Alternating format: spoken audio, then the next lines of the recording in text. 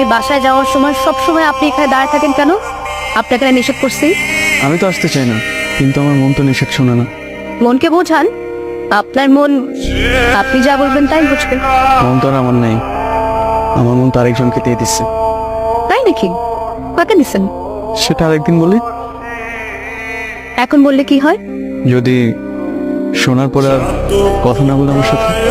আচ্ছা যাই হোক, আপনি আর আমার জন্য এভাবে দাঁড়ায় থাকেন না, আমার ভয় করে। ভয় কেন? উমা, আপনার বাবা বা আমার বাবাকে যদি কেউ উল্টাপাল্টা কিছু বলে দেয় তখন? আমি এসব নিয়ে ভাবি না, বলে বলো। আর মানুষের কথা কি আসে যায়? অনেক কিছু আসে যায়। আমি যাই। দাঁড়াও, কালকে কোচিংয়ে কখন যাবা? দাঁড়ায় থাকার জন্য।